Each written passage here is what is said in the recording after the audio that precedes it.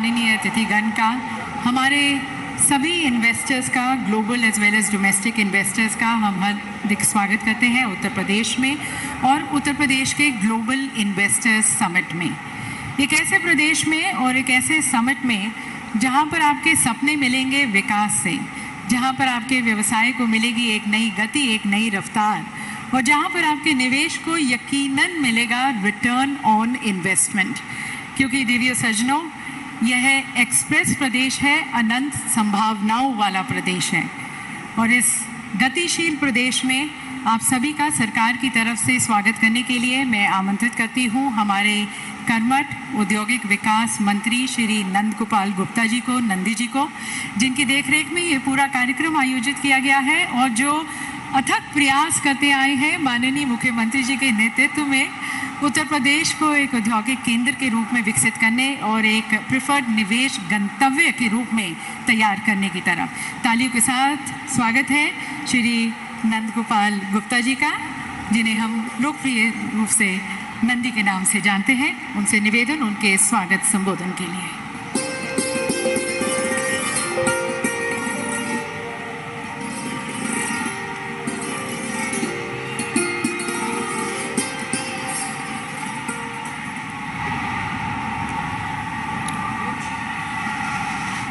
सर्वप्रथम निवेश के महाकुंभ एवं उत्तर प्रदेश की समृद्धि के महोत्सव ग्लोबल इन्वेस्टर समिट 2023 के उद्घाटन के कार्यक्रम में जनसेवा, सुशासन और अपनी विजनरी दृष्टि से वैश्विक मंच पर भारत को एक नई पहचान दिलाने वाले हम सबके अगुआ, प्रेरणा स्रोत्र, देश के यशस्वी प्रधानमंत्री आदरणीय श्री नरेंद्र मोदी जी का हार्दिक स्वागत और अभिनंदन करता हूं।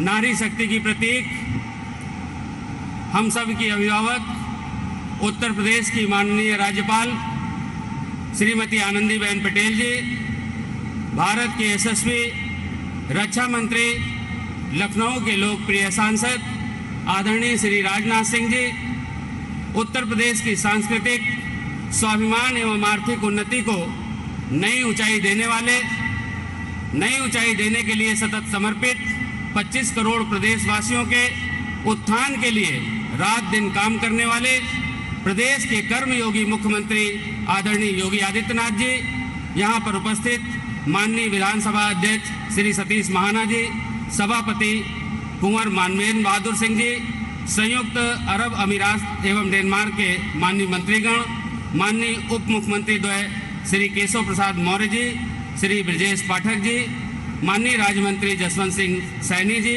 प्रदेश सरकार के हमारे सभी सहयोगी माननीय मंत्रीगण, मुख्य सचिव दुर्गा शंकर मिश्रा जी, IIDC श्री अरविंद कुमार जी, उद्योग जगत की जानी मानी हस्तियों का, देश दुनिया के कोने कोने से आए हुए सम्मानित डेलीगेट्स, सरकार के सभी वरिष्ठ अधिकारियों, मीडिया के साथियों, मैं आप सभी का हार्दिक स्वागत और अभिनंदन करता हूं अपनी ओर से, अपनी सरकार की ओर से और सरकार के मुखिया योगी आदित्यनाथ जी की ओर से आप सभी का हार्दिक स्वागत और अभिनंदन करता हूं। हम सबका परम सौभाग्य है कि जब माननीय प्रधानमंत्री जी के यशस्वी नेतृत्व में भारत को G20 की अध्यक्षता का गौरव प्राप्त हो रहा है। पूरा भारतवर्ष इस उपलब्धि से गदगद है। सभी के मन में माननीय प्रधानमंत्री जी के लिए एक ही भाव उठता है कि मोदी जी की रूह में जज्बा है जब ईमान का, मोदी जी की रूह में जज्बा है जब ईमान का, क्यों न फिर डंका बजे दुनिया में हिंदुस्तान का, क्यों न फिर डंका बजे दुनिया में हिंदुस्तान का। अभी हाल ही में अमृतकाल का पहला बजट, जन कल्याणकारी बजट प्रस्तुत किया गया। ऐसे स्वर्णिम कालखंड में उत्तर प्रदेश को एक ऐसे आयोजन की मेजबानी का शुभ अवसर प्राप्त हो रहा है जो भारत की आत्मा के मौलिक विचार वसुधैव कुटुंबकम की बुनियाद पर आधारित है। आज के इस कार्यक्रम में United kingdom, Japan, Australia, Italy सहित 10 देशों के सम्मानित प्रतिनिधि पार्टनर कंट्री के रूप में उपस्थित है। माननीय प्रधानमंत्री जी, इस कार्यक्रम की पृष्ठभूमि में आपकी वैश्विक सोच की प्रेरणा समाहित है। जीआईएस से निवेशकों को आमंत्रित करने के लिए माननीय मुख्यमंत्री जी के नेतृत्व में उत्तर प्रदेश के सभी 75 जनपदों में, देश के सभी बड़े महानगरों में, दुनिया के 16 देशों और 21 सिटीज में रोड शो के आयोजन हुए। इस मुहिम से लोकल से लेकर ग्लोबल तक के वास्तविक मंत्र को धरातल पर उतारा गया है। यही कारण है लाखों करोड़ के निवेश प्राप्त हुए। इस समिट को अभूतपूर्व सफलता प्राप्त हुई। जीआईएस के मंच से हम विकास की नई संभावनाओं का हार्दिक स्वागत और अभिनंदन करते हैं। दूरगामी दृष्टि एवं सही दिशा वाली डबल इंजन की सरकार के कारण हम सब आज इस विराट आयोजन के साक्षी बन रहे हैं, जहां एक ओर अयोध्या, काशी, मथुरा की दिव्यता, प्रयाग का महाकुंभ दुनिया भर में सनातन धर्म को मानने वालों को गदगद कर रहा है, तो वहीं दूसरी ओर डिफेंस कॉरिडोर, डाटा सेंटर, जेवर airport, logistic park, pharma park, film city जैसे महत्वपूर्ण परियोजनाओं से इंडस्ट्री, इंफ्रास्ट्रक्चर, इकोनॉमी को भी उत्तरोत्तर नई ऊंचाई मिल रही है। हम सांस्कृतिक विकास और आर्थिक तरक्की दोनों ही मोर्चों पर एक साथ आगे बढ़ रहे हैं। देश और दुनिया की प्रतिष्ठित कंपनियों के आगमन से प्रदेश की अर्थव्यवस्था को नई मजबूती मिलेगी और रोजगार के करोड़ों नए अवसर प्राप्त होंगे। माननीय प्रधानमंत्री जी, आपके मार्गदर्शन में, माननीय मुख्यमंत्री जी के नेतृत्व में 2017 से 2022 में उत्तर प्रदेश उत्तम प्रदेश बना है, अब सर्वोत्तम प्रदेश बनने की ओर अग्रसर है। चाक चौबंद कानून व्यवस्था, निवेशकों के हित की सुरक्षा, इंडस्ट्री फ्रेंडली इकोसिस्टम, समयबद्ध एवं जवाबदेह कार्यप्रणाली के कारण बड़े पैमाने पर निवेश आकर्षित हुआ है। पूर्वांचल एवं बुंदेलखंड एक्सप्रेसवे के सुचारू नेटवर्क से इंडस्ट्रियल ग्रोथ को नई रफ्तार मिली है। यही कारण है जो क्षेत्र औद्योगिक विकास से अछूते रहते थे, आज इंडस्ट्रियल हब बनकर उभर रहे हैं। माननीय प्रधानमंत्री जी, आपकी गरिमामयी उपस्थिति में आज का यह आयोजन उत्तर प्रदेश की औद्योगिक विकास की यात्रा में अविस्मरणीय अध्याय के रूप में दर्ज हो रहा है। माननीय मुख्यमंत्री जी के यशस्वी नेतृत्व में उत्तर प्रदेश $1 ट्रिलियन की इकोनॉमी बनने के महामार्ग पर ठोस कदमों के साथ आगे बढ़ रहा है। इस पंडाल में मौजूद प्रत्येक निवेशक का संकल्प से सिद्धि और सिद्धि से समृद्धि की यात्रा में सहभागी बनने के लिए सभी का हृदय से आभार व्यक्त करता हूं। माननीय प्रधानमंत्री जी, आपके बहुमूल्य समय के लिए कोटि कोटि आभार करते हुए आपके लिए इस पंडाल में मौजूद एक एक व्यक्ति के हृदय की भावना को 2 पंक्तियों के माध्यम से कहते हुए अपनी वाणी को विराम देता हूं। मोदी जी के पास है जागीर जब ईमान की, मोदी जी के पास है जागीर जब ईमान की, मुस्कुराए फिर न क्यों तस्वीर हिंदुस्तान की, मुस्कुराए फिर न क्यों तस्वीर हिंदुस्तान की। जय हिंद, जय भारत।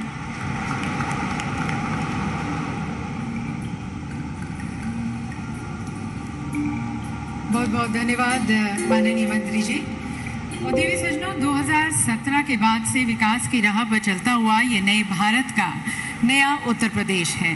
राज्य वही है, संसाधन वही है, काम करने वाले लोग भी वही हैं, पर नए नेतृत्व में नई सोच के साथ, पारदर्शी कार्य संस्कृति के साथ, लोक कल्याण की भावना के साथ ये समृद्ध, संपन्न और सुरक्षित उत्तर प्रदेश है, जो अब भविष्य के द्वार पर दस्तक देते हुए आप सभी का आह्वान कर रहा है कि आप नवीन और शक्तिशाली भारत के निर्माण में, नवीन उत्तर प्रदेश के विकास गाथा में शामिल हो और इसके द्वार आप सभी के लिए खोलते हुए आप सभी को इसके विकास पथ पर आमंत्रित करते हुए मैं हमारे विकास पुरुष, हमारे माननीय प्रधानमंत्री जी से निवेदन करती हूं कि आप अपने कर कमलों द्वारा Uttar Pradesh global investor summit 2023 का मंगलमय शुभारंभ करें, रिमोट का बटन दबाकर।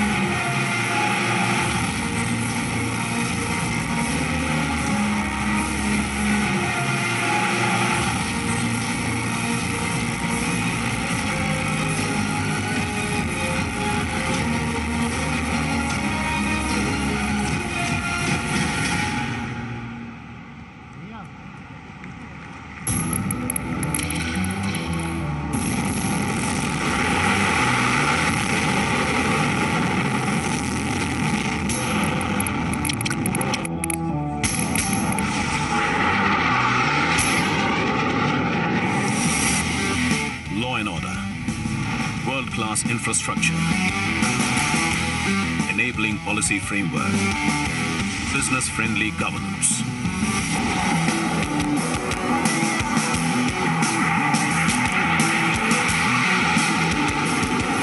These are the four elements propelling Uttar Pradesh towards a global takeoff, making it New India's growth engine.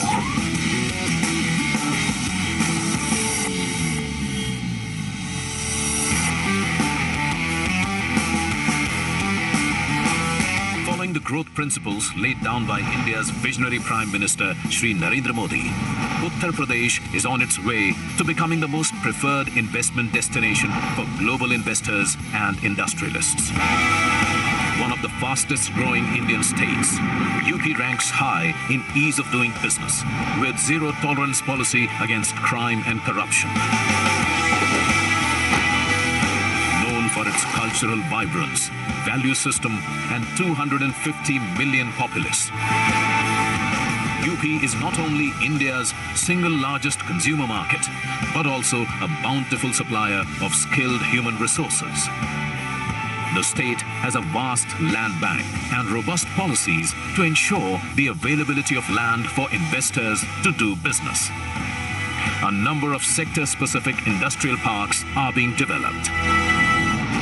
Blessed with natural resources, fertile land and perennial rivers, the state offers tremendous opportunities in agro, food processing, dairy and textiles manufacturing sectors. With 96 lakh MSMEs, Uttar Pradesh is Digital India's biggest hub of mobile manufacturing, an emerging data center hub, pharma and educational hub. UP में जिस प्रकार कानून व्यवस्था की स्थिति सुधरी है, उससे व्यापारियों का भरोसा लौटा है, बिजनेस के लिए सही माहौल बना है। बीते वर्षों में यहाँ की प्रशासनिक क्षमता और गवर्नेंस में भी सुधार आया है। Inspired by PM's Vocal for Local movement, UP is high on promoting indigenous products under One District, One Product project. Our defense corridor is helping India become Atmanirbhar in the defense sector. The state is a haven for cultural, spiritual and ecotourism businesses too.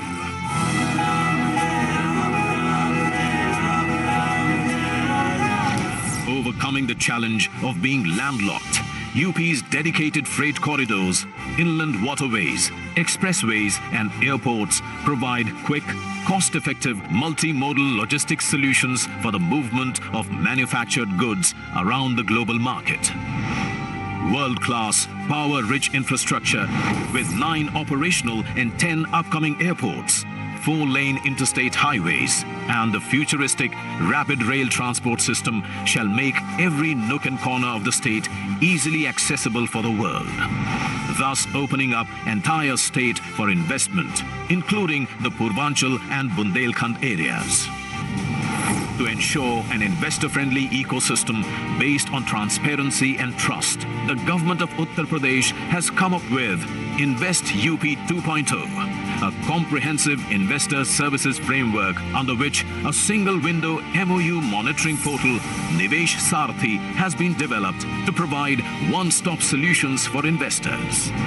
The state government has formulated New Industrial Investment and Employment Promotion Policy 2022 and more than 25 sectoral policies to attract investments in various focus sectors.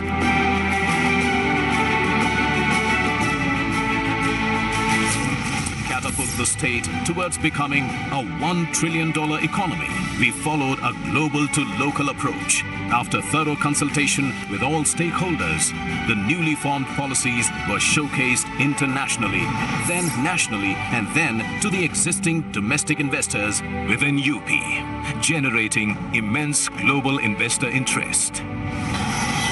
Today, the Uttar Pradesh Global Investors Summit 2023 brings together policymakers, corporate leaders, business delegations, academia, think tanks, and leaders from across the globe to collectively explore business opportunities and forge global investment ties in Uttar Pradesh.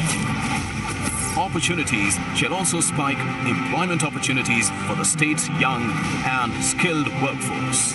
As India enters its Amrit Kaal, the golden period of independence, the government of Uttar Pradesh, under the guidance of our Honorable Prime Minister Shri Narendra Modi, ensures you all of the most conducive business environment and a vibrant ecosystem for sustainable growth that shall play a pivotal role in India's journey to become a $5 trillion economy. Come aboard on our global takeoff to become the most favored business destination.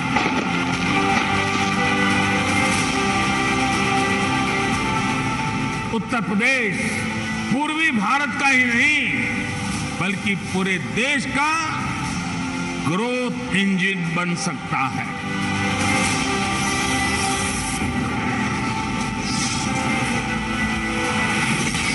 Uttar Pradesh, new India's growth engine. ये नया उत्तर प्रदेश है विकास की राह पर चलता हुआ, और यहाँ पर माननीय प्रधानमंत्री जी की कविता की कुछ पंक्तियाँ बोलना चाहेंगे जो बहुत सटीक बैठती हैं उत्तर प्रदेश के विकास की तरफ। आसमान में सिर उठाकर घने बादलों को चीरकर रोशनी का संकल्प ले, अभी तो सूरज उगा है। विश्वास की लौ जलाकर विकास का दीपक लेकर सपनों को साकार करने, अभी तो सूरज उगा है। तो अभी तो नए उत्तर प्रदेश का सूरज उगा है, और यकीनन आप सभी के साथ प्रयास के साथ और विश्वास के साथ ये और अलौकिक होगा और प्रकाशमय होगा। और इसी साथ और सहयोग की मनोकामना के साथ अब हम आमंत्रित करते हैं हमारे लीडिंग इंडस्ट्रियलिस्ट, हमारे लीडिंग इन्वेस्टर्स के विचारों को। और सबसे पहले मैं निवेदन करना चाहूँगी, आमंत्रित करती हूँ डॉक्टर कुमार मंगलम बिरला जी को, चेयरमैन आदित्य बिरला ग्रुप। उन्हें तालियों के साथ, शुभकामनाओं के साथ मंच पर स्वागत करते हैं। आप जानते होंगे कि 2023 में अभी हाल ही में उन्हें पद्म भूषण से सुशोभित किया गया है। Inviting doctor Kumar Mangalam Birla ji.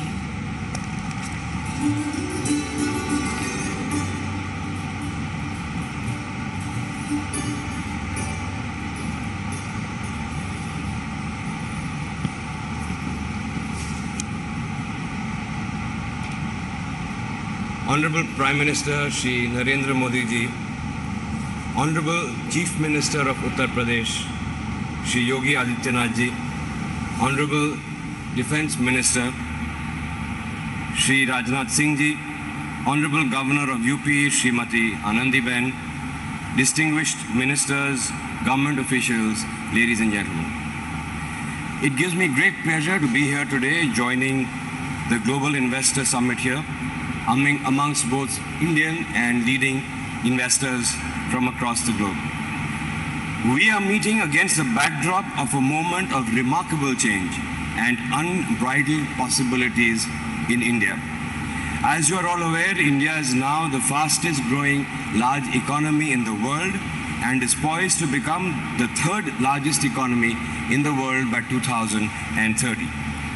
As a global business group, we operate in 36 countries, and I can confidently say that India today stands out amongst all of them. There is perhaps no other country in the world that combines robust democracy, transformational governance, economic might, demographic dynamism, and entrepreneurial energy.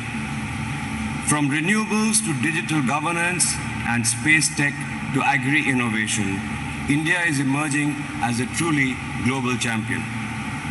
And for that, one man deserves much of the credit, our Honorable Prime Minister Narendra Modi ji, जिन पर 140 करोड़ भारतवासियों का अटूट विश्वास है. Our Prime Minister has energized each one of us, to say the very least, with his vision for our nation's Amrit Kaal, a glorious period of sustained growth and prosperity, one where our actions will be in harmony with the universe.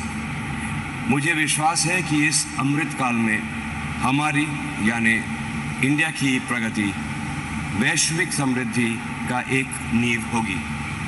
And at the heart of this Indian story is, of course, Uttar Pradesh. The Aditya Birla Group shares a deep bond with Uttar Pradesh.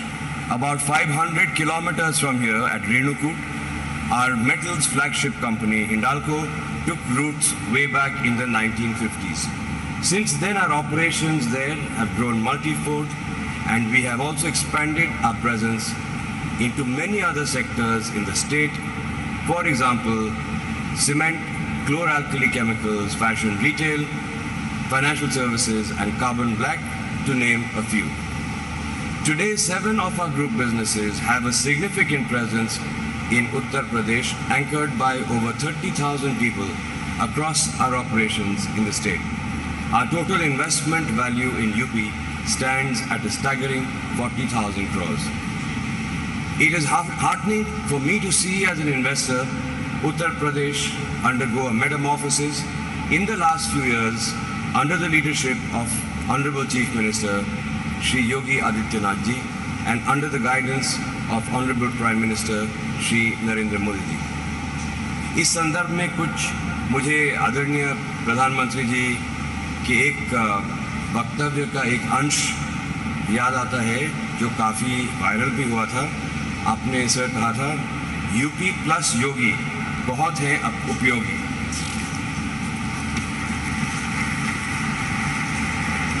Uttar Pradesh was always known for being the most populous state in India for its agrarian base and for its proximity to the national capital region. However, it was a laggard in industrial development despite having a large consumption base. That picture is slowly and dramatically changing thanks to a pragmatic and industry-friendly administration and rapid pace of infrastructure development. The scale of infrastructure projects and their pace of implementation here are both remarkable. Be it the state-of-the-art highway projects crisscrossing the length and breadth of the state, the metro rail projects or the new airports, the state is upgrading its infrastructure in a transformative way. The government has also made significant strides in terms of ease of doing business.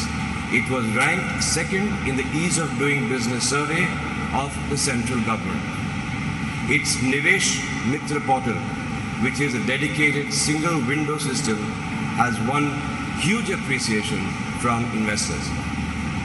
To further build upon its attractiveness for investors, the Uttar Pradesh government has recently launched a new industrial investment and employment promotion policy that targets making the state a $1 trillion economy. Investors are already taking note of the changing face of Uttar Pradesh. In the 3 years ending September 2022, the state has attracted FDI worth $1.1 billion, which is more than what it has attracted over the first 2 decades of this century. When it comes to building new age infrastructure or providing efficient governance, Uttar Pradesh is creating an example for other states to follow. In the process, it is creating immense opportunities for investors both in India and abroad. As an early investor in the industrial journey of the state, we feel enthused by the rapid progress that the state is making. Today, Uttar Pradesh can rightly be considered one of the key states driving India's journey towards a $5 trillion economy. And therefore, we are committing further investments to the tune of rupees 25,000 crores across our businesses, cement, metals, chemicals, financial services, and renewable energy. And we are truly excited to be a part of this journey. Thank you.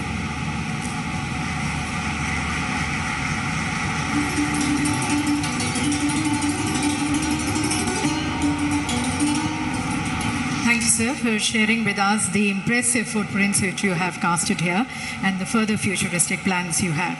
And now, ladies and gentlemen, inviting another iconic business leader, Chairman Reliance Industries, Shri Mukesh Ambani ji, who has in fact been leading various game-changing ventures in the country. Shri Mukesh Ambani, Chairman Reliance Industries.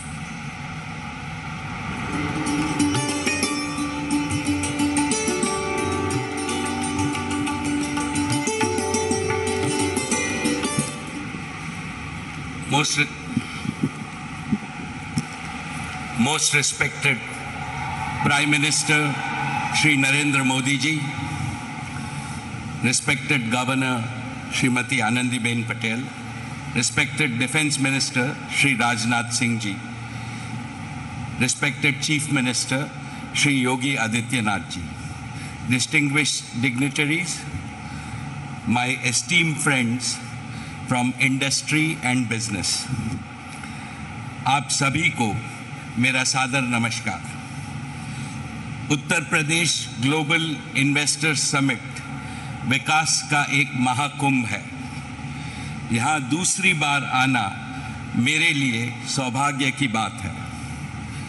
Lucknow पुण्य नगरी है, लक्ष्मण की नगरी है। उत्तर प्रदेश पुण्य भूमि है, प्रभु रामचंद्र जी की भूमि है। गंगा यमुना सरस्वती के संगम की भूमि है। परम आदरणीय प्रधानमंत्री जी,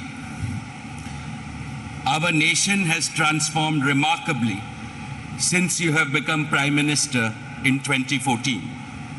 Guided by your vision and driven by a laser-sharp focus on execution, a bold new India is taking shape. An India which will fulfill the aspirations of its 1.4 billion citizens. Modi ji, you have aptly said that India has now entered its Amrit Kal. This year's budget has indeed laid the foundation for India's emergence as a developed nation. It stands out for its highest ever resource allocation for building the foundation for country's growth in terms of capital expenditure. This is bound to not only boost economic growth but also achieve greater social welfare. I am confident that India is on a very strong growth path, and there are four main reasons for my conviction. First, Indians are embracing technology at a rate unseen even in the developed world. For example, as we speak, this year, 2023, India is rolling out the fastest 5G network through the length and breadth of our country. Second, India has the world's largest population of youth. Our youth is brimming with entrepreneurial energy and passion. Their innovations and ideas will take the world by storm. Third, thanks to your far-sighted leadership, regional imbalances are fast disappearing. Uttar Pradesh is a shining example of this. The divide between urban India and rural Bharat is also closing. Fourth, and most importantly, you have brought about a fundamental change in the mindset of the nation. There is unprecedented hope and optimism among the people. Nobody in the world can question the fundamentals of Indian economy. They are robust. And now is the time for all our enterprises to step up on the accelerator, because Udyog and Sahyog always must go hand in hand. सम्माननीय श्री योगी जी, जैसे आज पूरी दुनिया के लिए भारत आशा का केंद्र बन गया है, वैसे ही आज नए भारत के लिए उत्तर प्रदेश आशा का केंद्र बन गया है। नोएडा से गोरखपुर तक लोगों में जोश और उत्साह दिख रहा है। लॉ एंड ऑर्डर की बात हो, इंफ्रास्ट्रक्चर की बात हो, ईज ऑफ डूइंग की बात हो, उत्तर प्रदेश भारत का उत्तम प्रदेश बनकर उभर रहा है। UP is also blessed with a highly motivated and result-oriented administration. Therefore, all of us representing India's business community at this summit would like to assure you that we have come to partner with you in your Vision 2030. Together, we can and we will transform India's most populous state into one of India's most prosperous states, achieving your vision of $1 trillion economy in the next 5 years. Allow me to spell out Reliance's commitments towards Uttar Pradesh.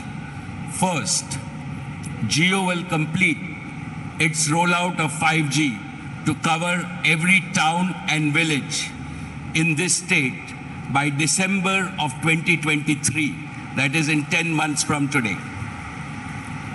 Jio platforms will help modernize all areas of business and industry, agriculture, social sector, and governance. We plan to pilot our 2 new innovative initiatives, Jio School and Jio AI Doctor, to bring top-class education and healthcare most affordably to villages and small towns across the state of Uttar Pradesh. Second, Reliance Retail will revolutionize hundreds of thousands of kiranas and small stores across UP, enabling them to grow more and earn more. More importantly, we will increase manifold our sourcing of a wide range of agriculture and non-agro products from the state. It will benefit our hard-working kisans, local artisans, craftsmen, MSMEs, as well as the supply chain ecosystem in UP. Third, in new energy, we will set up 10 gigawatts of renewable energy capacity, the largest in UP. We will also start an ambitious new bioenergy business. Reliance के bioenergy उद्योग से UP के किसानों को बहुत बड़ा लाभ होगा. हमारे किसान अन्नदाता तो है ही, अब ऊर्जादाता भी बनेंगे. इसके अलावा सॉलिड वेस्ट मैनेजमेंट में सुधार होगा और पर्यावरण शुद्ध होगा. Fourth, our philanthropic arm, Reliance Foundation, is contributing to the success of Pradhan Mantri Ji's Namami Gange mission. It will continue to engage with partners and government in its mission to transform lives and livelihoods in the state. In a nutshell, Reliance will continue to work for UP, Ji Jaan se, and we always back our words with action. When I last visited the summit in 2018, Reliance was just beginning its journey in Uttar Pradesh, and I had committed to Yogi Ji that Reliance would be a reliable partner to Uttar Pradesh. True to our word, from that day till now, we have invested 50,000 crores in Uttar Pradesh. Our businesses have not only been growth multipliers as they enable several sectors of the economy to grow, but also employment multipliers. Our investments have generated over 80,000 direct and indirect jobs in the state. Today, I am happy to announce that we plan to invest an additional 75,000 crores in UP over the next 4 years across Jio, retail, and renewable businesses. These new investments will create an additional over 1 lakh jobs in the state. Uttar Pradesh का स्वर्णिम युग शुरू हुआ है. सभी UP वासियों को मेरी हार्दिक शुभकामनाएं. I wish this summit and the state all the success. बहुत बहुत धन्यवाद. Thank you.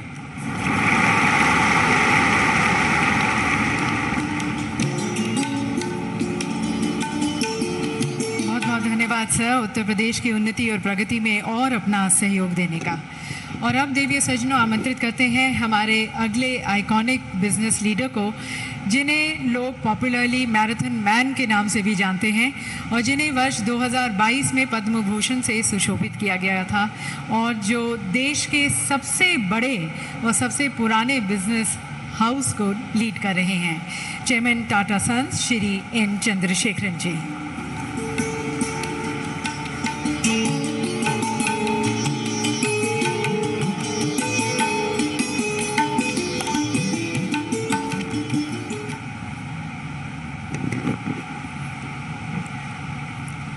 Honorable Prime Minister Shri Narendra Modi ji, respected Governor Anandiben ji, respected Chief Minister of Uttar Pradesh Yogi Adityanath ji, respected Defence Minister of India Rajnath Singh ji, ministers from the government of Uttar Pradesh, officers of the government, fellow businessmen, all delegates, friends from media. It is a great privilege and honor to be here at the Global Investor Summit 2023 of Uttar Pradesh and share a few thoughts. India, under the strong visionary leadership of our Honorable Prime Minister Narendra Modi ji, has achieved a position where we are going to see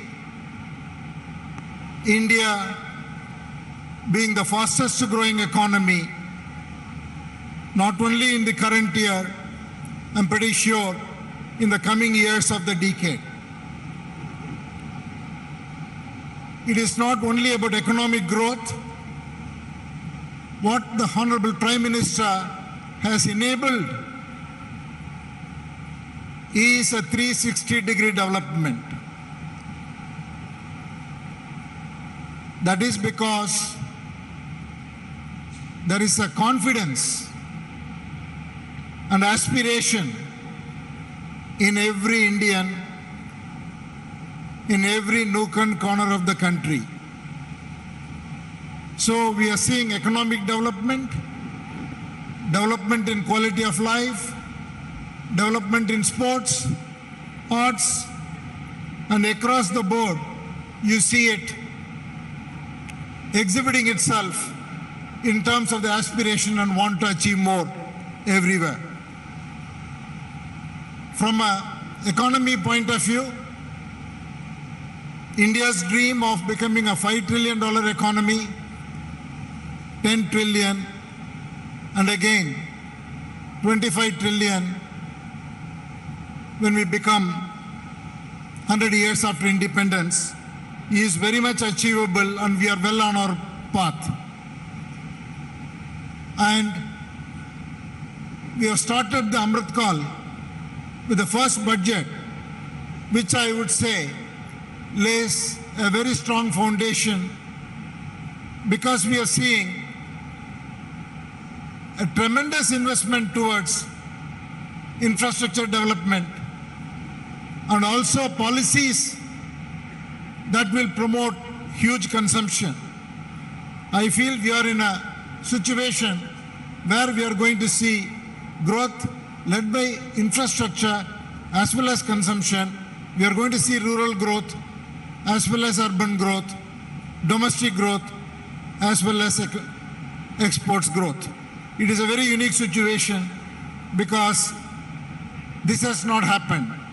Usually one thing or the other will pull us down. I think we are in a unique situation. The world is going through three fundamental transitions: digital artificial intelligence transition, energy transition, and transition towards building a global value chain to meet the supply chain demands of the world.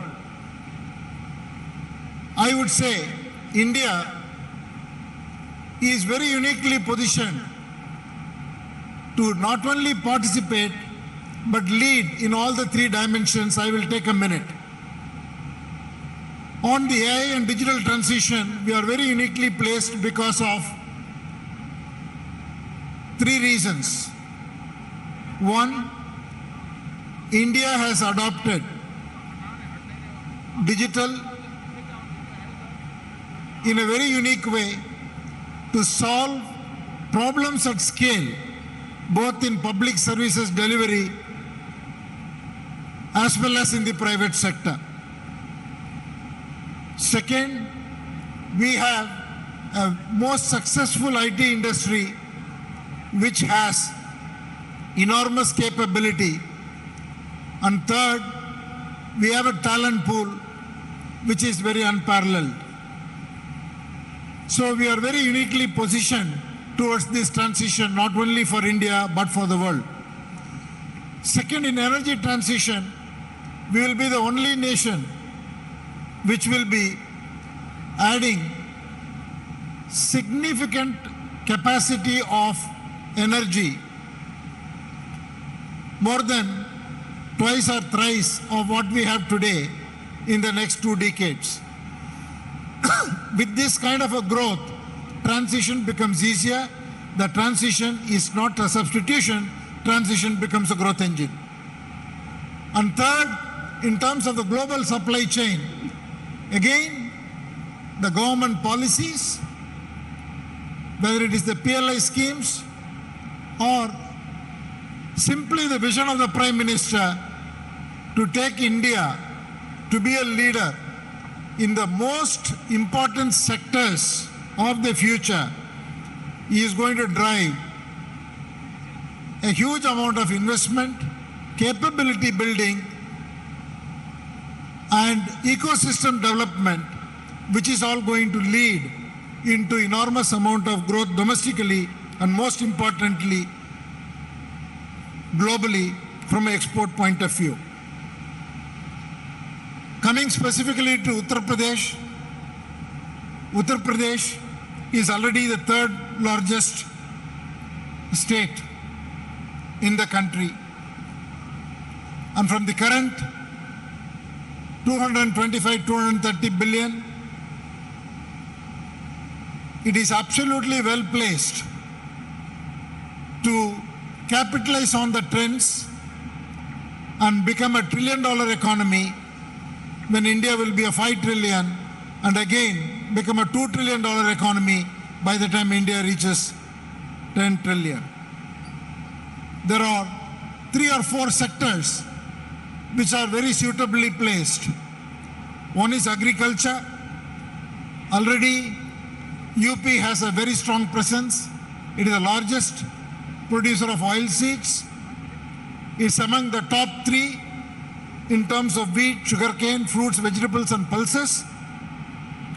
And it is so uniquely advantageous that 87% of the sown area is fully irrigated, which is significantly higher than the national average of 50%. By applying the technology of the modern industrial era, UP can dramatically increase productivity in its agricultural sector. The manufacturing sector presents another opportunity because UP is much below the national average or below the other states. UP only gets 12% contribution from this sector. With the tremendous focus on infrastructure development and the value chain opportunity that is presented globally, UP has a fantastic opportunity to increase its share from manufacturing by focusing on advanced manufacturing, precision electronics, semiconductors, assembly and testing, defense and aerospace, pharmaceuticals. All of this are going to happen in this coming decade, and UP, with its vast land and progressive policies and infrastructure, can capitalize. Third area is tourism. Already UP is the largest in terms of attracting foreign visitors. Close to 5 million tourists from abroad visit UP. UP is most uniquely positioned because of its history, because of the UNESCO heritage sites, 24 wildlife sanctuaries, and Varanasi, the Jyotirling, and a number of religious places which are of huge significance both for domestic tourists and for international tourists. The tourism opportunity in UP is unparalleled to any other place.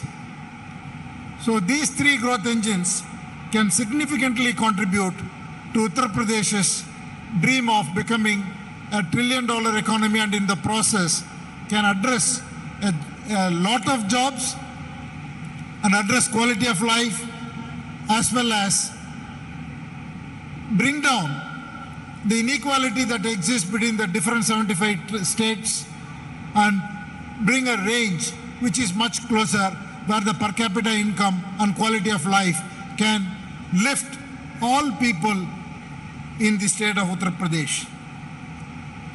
A few words on Tata Group. Tata Group has a long history of presence in the state, from our steel company to automotive company, and a large presence of TCS, and all our retail companies, financial services companies, Tata Advanced Systems, Tata Power. 18 companies of the state of the Tata Group are deeply present. And today, more than 50,000 people work in the state of Uttar Pradesh. We are on a huge expansion across all our companies in the state. Our hotel business sees tremendous opportunities in the state because of the tourism that's going to come, both religious tourism as well as wildlife and other aspects that will attract tourists. Air India has a detailed plan to connect every part of UP to the rest of India and potentially to the important destinations of the world. And we are already having huge investments in Noida, both from a TCS point of view and also from Air India point of view. And I'm happy to say that we are going to build an integrated multimodal air cargo through Air India sets with our partner Zurich Airport in the new Jawahar Airport. So the group is very committed and sees a tremendous opportunity, and I want to express our gratitude to the phenomenal leadership that is being provided by the Honorable Chief Minister under the vision of our Prime Minister for clean governance, huge infrastructure development, as well as an atmosphere which is so much business friendly. I wish the summit a grand success, and thank you for giving me this opportunity.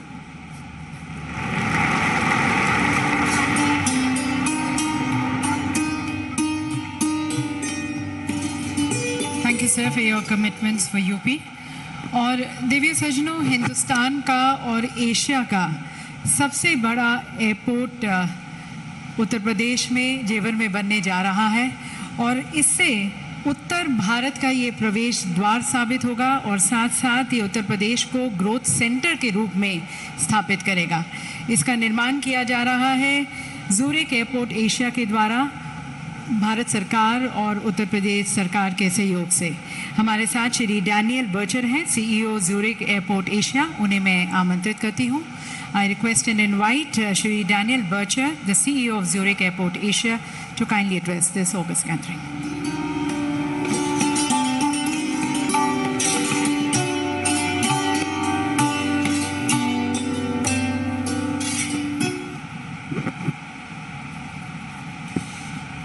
Honorable Prime Minister of India, Shri Narendra Modi ji, Honorable Defence Minister, Shri Rajnath Singh ji, Honorable Governor of UP, Madam ji, Honorable Chief Minister of Uttar Pradesh, Shri Yogi Adityanath ji, Member of Union Cabinet Ministers, Member of the Cabinet of Ministers of the Uttar Pradesh Government, Members of the Parliament and Members of the Uttar Pradesh Vidhan Parishad and Vidhan Sabha, friends and colleagues from the corporate world, members of the media, and ladies and gentlemen. It is indeed a great honor to be here and addressing this August gathering today. Zurich Airport has been a long-standing partner with India. Having developed and built Bengaluru Airport almost 2 decades ago, we have assessed many other projects along the way, and today we are well on course to deliver a new gateway for Uttar Pradesh, the Noida International Airport. Alongside India, Zurich Airport will celebrate its 75th anniversary this year. And we are putting together all our years of experience and our global expertise spanning across 3 continents into making the Noida International Airport an aviation landmark of which the state of UP and the nation can be proud. I would like to congratulate the Honorable Prime Minister and the Honorable Chief Minister for the world-class infrastructure that they have developed for the state of Uttar Pradesh. No state has perhaps done as much as UP in recent years to encourage investment in the state. The fact that the who is who of the Indian entrepreneurs and global investors are present here today is a testament to this. Our own experience in the state of Uttar Pradesh has been nothing short of excellent. We are one of the largest foreign investors in the state today, and it's not just our investment. Noida International Airport is accelerating investments from world-class partners, be it for the development of a fuel farm, for a multimodal cargo hub together with the Tata Group, an airport hotel, catering facilities, and this is just the beginning. Noida International Airport will be a lighthouse project that will pave the way for greater investments in the state. An airport is not just a place where one catches flights. As we have seen across the world, airports are catalysts for economic growth and job creation in the surrounding areas. This project will therefore also support Western UP's development into a hub for manufacturing and commerce and create thousands of employment opportunities. One of the goals declared by the Honorable Prime Minister at the unveiling of the national logistics policy is to bring down the cost of logistics from the present 13 to 14% to single digits. The upcoming multimodal cargo hub at Noida Airport will be a big contributor in bringing down logistic costs for the region. Alongside that, it will help to stimulate growth in trade and manufacturing in the state of Uttar Pradesh. The Honorable Chief Minister, Shri Yogi Adityanath ji, has been the driving force behind the development of Noida International Airport. Not only did he and his government ensure smooth land acquisition and pave the way for speedy clearances, but he and his administration had the wisdom and foresight to plan for tomorrow. When it opens next year, Noida International Airport will have direct access to the Yamuna Expressway. There will be separate and independent road access to the airport's east, allowing for the smooth and unrestricted transport of freight. And the airport terminal will in turn have their own metro and high-speed rail stations, providing a smooth experience for passengers. Looking beyond that, the government of UP has begun to acquire land to the north and to the south of the current airport site, providing for future airport growth and development in the decades to come. With the support and the encouragement of the state government, we are proud to say that we see ourselves not just as financial investors in the state of Uttar Pradesh, but as partners in its progress. Noida International Airport is a shining example of a public-private partnership in action, and we are delighted to have the government of Uttar Pradesh as public partners. Together, we will be developing a world-class airport in Noida, a modern, digitally enabled airport that will not only be welcoming and easy to use, but also sustainable. An airport that is very much at home in Western Uttar Pradesh and reflects the region's rich architectural heritage. Noida International Airport will be a true blend of Swiss efficiency and Indian hospitality. On behalf of Zurich Airport, I take this opportunity to thank you, Honorable Prime Minister Shri Narendra Modi ji, Honorable Chief Minister Shri Yogi Adityanath ji, for your support, your encouragement, your partnership. Honorable dignitaries, distinguished guests, ladies and gentlemen, I look forward to welcoming you as our guests and our partners at Noida International Airport in 2024. Dhanyavad.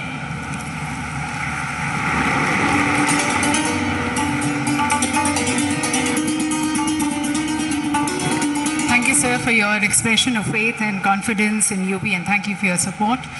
और देवी सजनों, भारत का 60% mobile manufacturing और 55% mobile component manufacturing Uttar Pradesh में होता है, और उसकी तरफ leading company है डिक्सन टेक्नोलॉजीज़। उनके chairman Dixon Technology Shri Sunil Vachhani ji को मैं आमंत्रित करती हूँ इस सभागार को संबोधित करने के लिए।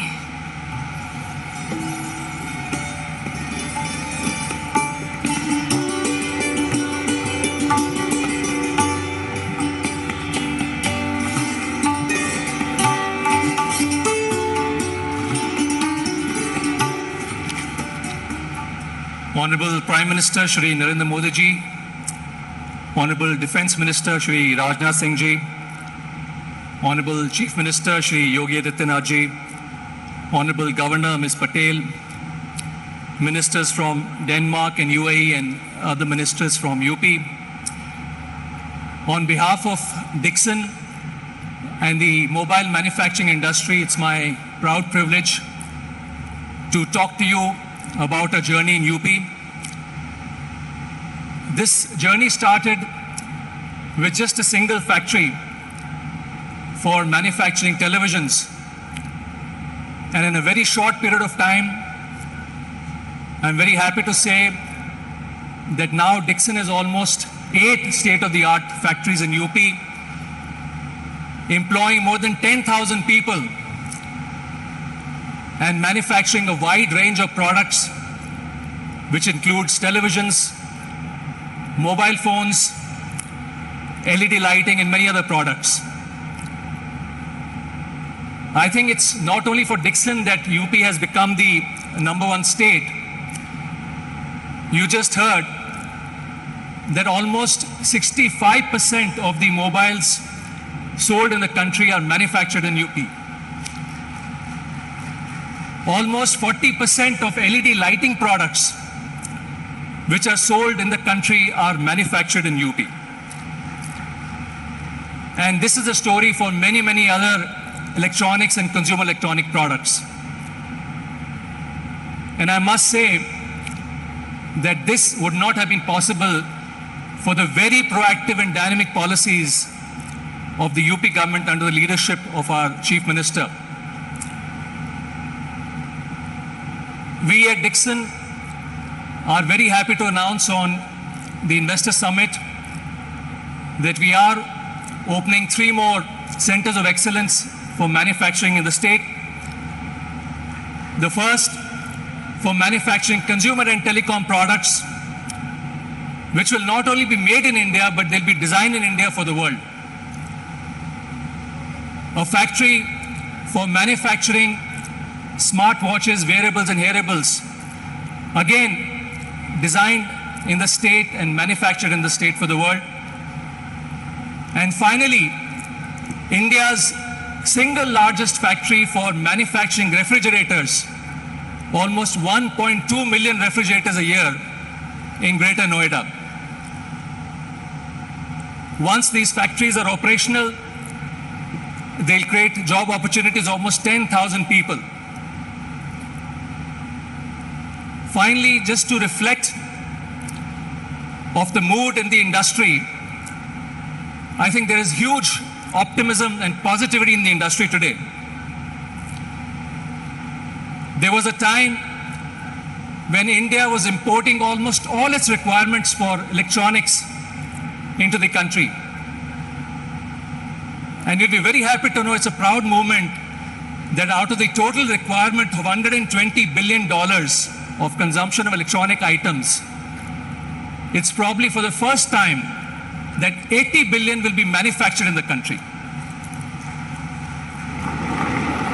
Let's look at the story of mobile phone manufacturing.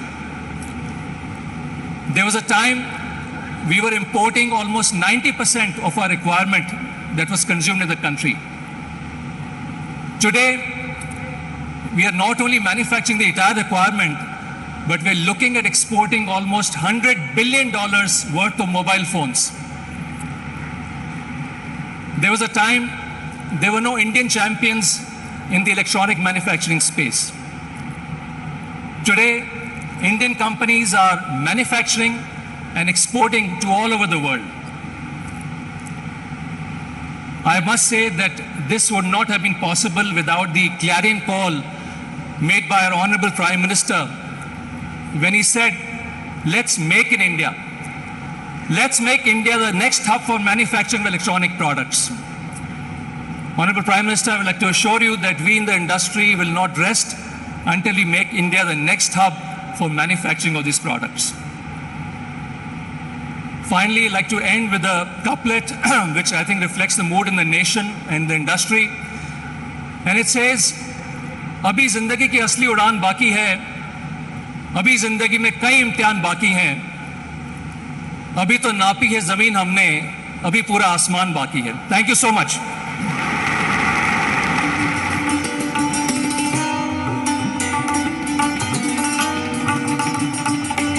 इस उड़ान की तरफ आप सभी का सहयोग के लिए बहुत बहुत धन्यवाद. Thanking all our industrialist for being our partners in success. और देवी सज्जनों, जैसा कि आपने सुना, भारत आज सभी क्षेत्रों में आत्मनिर्भर बनने की ओर अग्रसर है और एक ऐसा क्षेत्र है अब डिफेंस का क्षेत्र. आप जानते होंगे कि भारत में 2 डिफेंस इंडस्ट्रियल कॉरिडोर्स विकसित किए जा रहे हैं, एक तमिलनाडु में और दूसरा उत्तर प्रदेश में.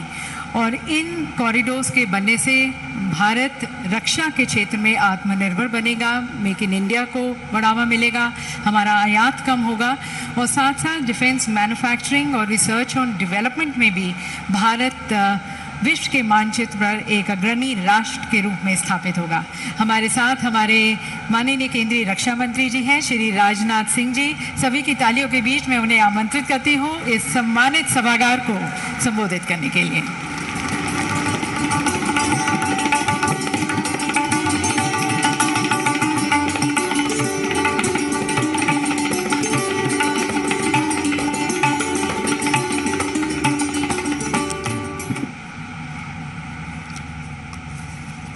अंतर्राष्ट्रीय जगत में भारत की प्रतिष्ठा बढ़ाने वाले हमारे भारत के यशस्वी प्रधानमंत्री आदरणीय नरेंद्र मोदी जी, उत्तर प्रदेश की राज्यपाल श्रीमती आनंदीबेन जी पटेल, उत्तर प्रदेश के कर्मठ मुख्यमंत्री श्रीमान योगी आदित्यनाथ जी, हमारे deputy chief minister Shri Keshav Prasad ji Maurya, Shri Brajesh ji Pathak, UAE और डेनमार्क के ऑनरेबल मिनिस्टर्स श्री मुकेश अंबानी जी, श्री कुमार मंगलम जी, श्री चंद्रशेखरन जी और बिजनेस कम्युनिटी के बहुत सारे यहाँ मौजूद स्टॉलवर्ड्स और बिजनेस जगत के अन्य प्रतिनिधिगण, यहाँ उपस्थित सम्मानित देवियों व सज्जनों एवं मेरे मीडिया के मित्रों, यह हम सभी के लिए बेहद हर्ष की बात है कि नए भारत के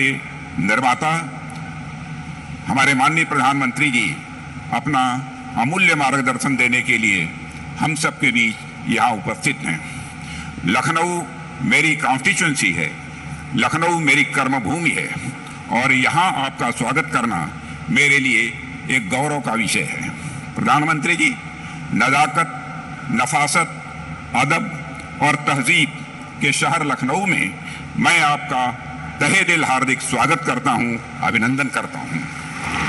लखनऊ पूर्व प्रधानमंत्री श्रद्धेय अटल बिहारी वाजपेयी जी की यह कर्मभूमि रही है। इस अवसर पर मैं उनका स्मरण करता हूँ और उनको नमन करता हूँ। उन्होंने राष्ट्र को सशक्तिकरण का जो मार्ग दिखाया था, माननीय प्रधानमंत्री जी के नेतृत्व में राष्ट्र आज उस पर मजबूती के साथ आगे बढ़ रहा है। प्रधानमंत्री जी, आपके रूप में इस देश को केवल एक प्रधानमंत्री ही नहीं मिला है, बल्कि इस देश को एक मार्गदर्शक, एक अभिभावक और एक प्रेरणा पुरुष मिला है। पिछले कुछ वर्षों में व्यक्तिगत और राजनीतिक विश्वसनीयता का जो प्रतिमान आपने भारत में स्थापित किया है, वह लंबे समय तक अटूट रहेगा और देश को लगातार प्रेरित करता रहेगा, ऐसा मेरा मानना है। आज राष्ट्र के कोटि कोटि जन एक साथ मिलकर नए भारत की जो विशाल इमारत निर्मित कर रहे हैं, उसकी बुनियाद में इसी विश्वसनीयता की ही मजबूती है।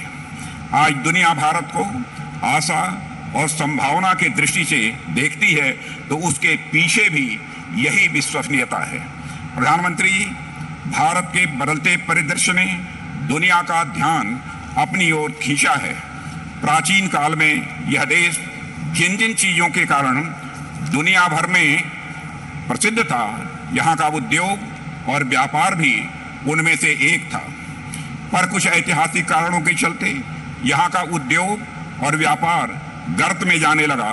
इस देश ने ऐसा भी समय देखा है जब तमाम संसाधनों और उपयुक्त परिस्थितियों के बावजूद लोग बिजनेस के क्षेत्र में आने से हिचकिचाने लगे थे। यानी स्यूडो सेकुलरिज्म, छद्म समाजवाद के नाम पर इंडस्ट्रियलिस्ट को न केवल आगे बढ़ने से रोका गया, बल्कि स्थापित उद्योगों को भी बड़ा नुकसान पहुंचाया गया। समाज में ऐसा हीन दृष्टिकोण बन गया था जो औद्योगिक एवं व्यापारिक गतिविधियों को ऐसे देखता था मानवीय सभ्य समाज से अलग कोई गतिविधि हो। पर पिछले कुछ वर्षों में चाहे वह राष्ट्र में नए नए आर्थिक सुधार हों, बिजनेस कम्युनिटी को प्रेरित और उत्साहित करना हो, यह दिखाते हैं कि बिजनेस कम्युनिटी के प्रति सरकार ने एक नई अप्रोच रखी है। पुराने और अप्रभावी नियम कानून जो इंडस्ट्री के लिए रेड टेप बन चुके थे, वर्तमान नेतृत्व में रेड कारपेट में वह बदल चुके हैं। आज बिजनेस कम्युनिटी को न केवल सम्मान और भरोसे की नजर से देखा जाता है, बल्कि वेल्थ क्रिएटर के रूप में सामाजिक विकास में उन्हें एक प्रमुख कंट्रीब्यूटर समझा जाता है। भारत की लगातार बढ़ती साख में हमारी बिजनेस कम्युनिटी का बहुत बड़ा योगदान है। देवियों व सज्जनों, यह महत्वपूर्ण बात है कि आज international monetary fund, world bank, domestic एवं ग्लोबल इन्वेस्टर्स कम्युनिटी भारत को भरोसे की निगाह से देख रही है। पर इससे भी महत्वपूर्ण बात यह है कि आज देश के नागरिकों में देश के नेतृत्व पर, देश की संभावनाओं और क्षमता पर एक नया भरोसा पैदा हुआ है। मोदी जी के मुख्यमंत्रित्व काल में गुजरात ने जो ऊंची विकास की दर हासिल की थी, वह पूरी दुनिया में चर्चा के साथ साथ रिसर्च का विषय बन गया था। अब जब मां गंगा के आदेश पर आपने उत्तर प्रदेश का हाथ थामा है, तो कोई कारण नहीं कि यह उत्तर प्रदेश भी विकास और समृद्धि की वही रफ्तार न पकड़े जो किसी समय गुजरात ने पकड़ी थी। पिछले कुछ समय में उत्तर प्रदेश इन्वेस्टर्स के लिए एक अत्यंत भरोसेमंद डेस्टिनेशन के रूप में यह उत्तर प्रदेश उभरा है। प्रदेश के बहुत ही लगनशील और कर्मठ मुख्यमंत्री श्री योगी आदित्यनाथ के नेतृत्व में यूपी ने अपने नाम यानी अप को लगातार सार्थक किया है। अब यूपी मतलब हेल्थ अप, यूपी मतलब एजुकेशन अप, यूपी मतलब स्किल अप, यूपी मतलब इंफ्रास्ट्रक्चर अप, यूपी मतलब इन्वेस्टमेंट अप और यूपी मतलब इन्वेस्टमेंट का रिटर्न अप, यह हो गया है। कुछ साल पहले स्थिति यह हो गई थी कि यूपी में इन्वेस्ट वेस्ट समझा जाने लगा था, पर आज यूपी में इन्वेस्ट बेस्ट समझा जाने लगा है। प्रधानमंत्री जी, आज दुनिया के बड़े बड़े आर्थिक विशेषज्ञों और इन्वेस्टमेंट फर्म्स का यह मानना है कि 21वीं शताब्दी आपके नेतृत्व और दिशा निर्देश में भारत की सदी बनने जा रही है। आज भारत विश्व में इन्वेस्टमेंट का मोस्ट अट्रैक्टिव डेस्टिनेशन बन चुका है।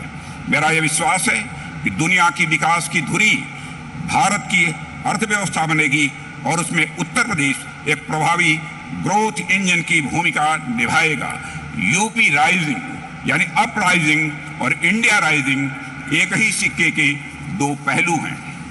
देवियों व सज्जनों, आज की इस समिट में आप लोगों का पार्टिसिपेशन और पिछले कुछ समय में यूपी में हुआ अच्छा खासा इन्वेस्टमेंट इसका एक बहुत बड़ा प्रमाण है। नेतृत्व बदल जाने से कैसे पूरा परिदृश्य बदल जाता है, उत्तर प्रदेश समेत पूरा देश इसका जीता जागता उदाहरण है।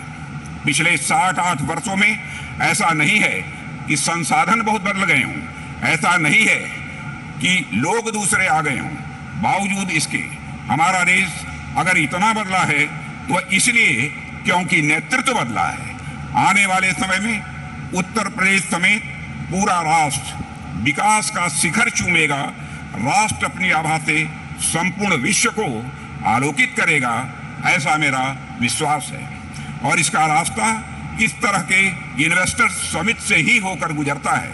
मैं इसकी सफलता की हृदय से शुभकामना देता हूं और एक बार फिर माननीय प्रधानमंत्री जी को अपने व्यस्ततम कार्यक्रम में से समय निकालकर और हम सबके मार्गदर्शन के लिए यहाँ पर उपस्थित होने पर मैं उन्हें धन्यवाद देता हूं और आप सभी को धन्यवाद देते हुए यहीं पर अपना निवेदन समाप्त करता हूं।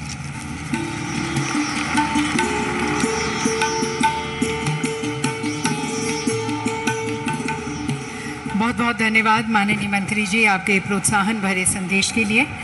और देवी सज्जनों, अब आमंत्रित करते हैं इस नए उत्तर प्रदेश के प्रमुख शिल्पकार जो निरंतर उत्तर प्रदेश को तराश रहे हैं, निखार रहे हैं अपने अथक प्रयासों से, और जिनका अब सपना उत्तर प्रदेश को उत्तम प्रदेश से सर्वोत्तम प्रदेश बनाने का है और $1 ट्रिलियन इकोनॉमी बनाने का है।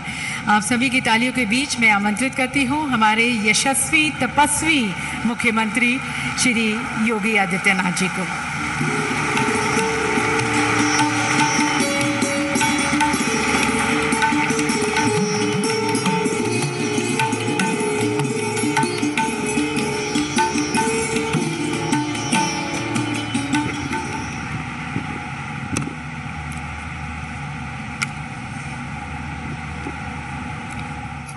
हम सबके मार्गदर्शक,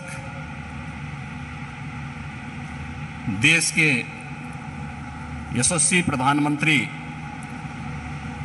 आदरणीय श्री नरेंद्र मोदी जी, प्रदेश के माननीय राज्यपाल श्रीमती आनंदीबेन पटेल जी,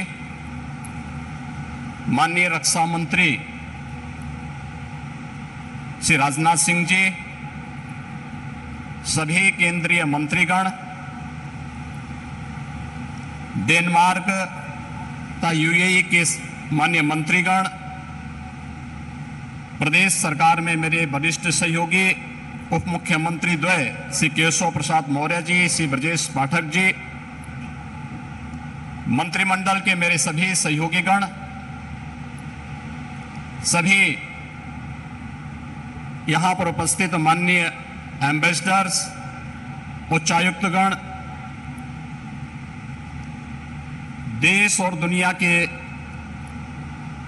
उद्योग जगत के सभी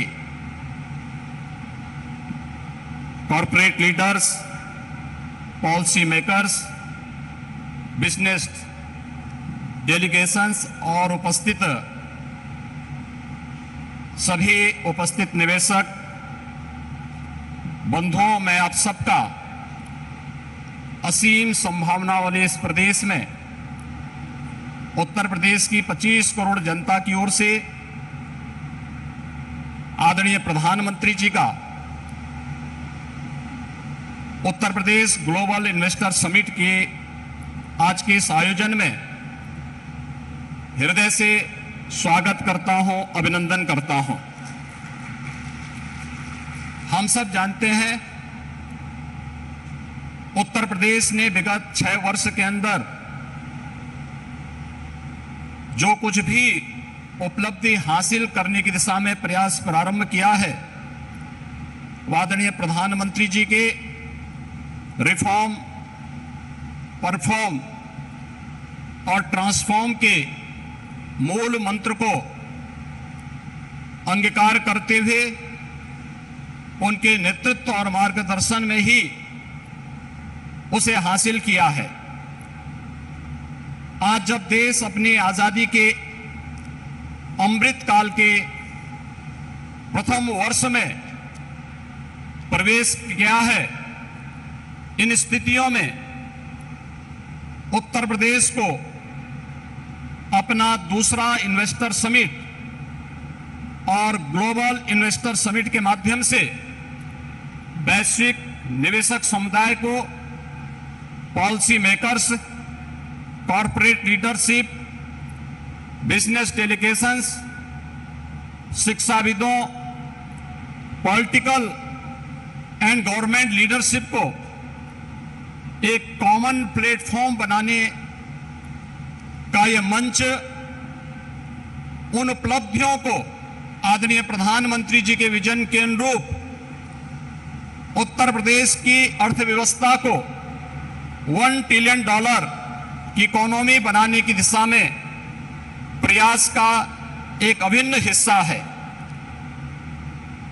मुझे बताते हुए प्रसन्नता है कि इस ग्लोबल इन्वेस्टर समिट में नीदरलैंड, डेनमार्क, सिंगापुर, जापान, दक्षिण कोरिया, ऑस्ट्रेलिया, इटली, संयुक्त अरब अमीरात, यूनाइटेड किंगडम और मॉरिशस हमारे पार्टनर कंट्री के रूप में अपना योगदान दे रहे हैं, ताकि दुनिया के तमाम अन्य देशों के प्रतिनिधि इस आयोजन में शामिल होकर के इसे सफल बना करके वास्तव में एक निवेश के महाकुंभ के रूप में इसे एक नया स्वरूप प्रदान किए हैं।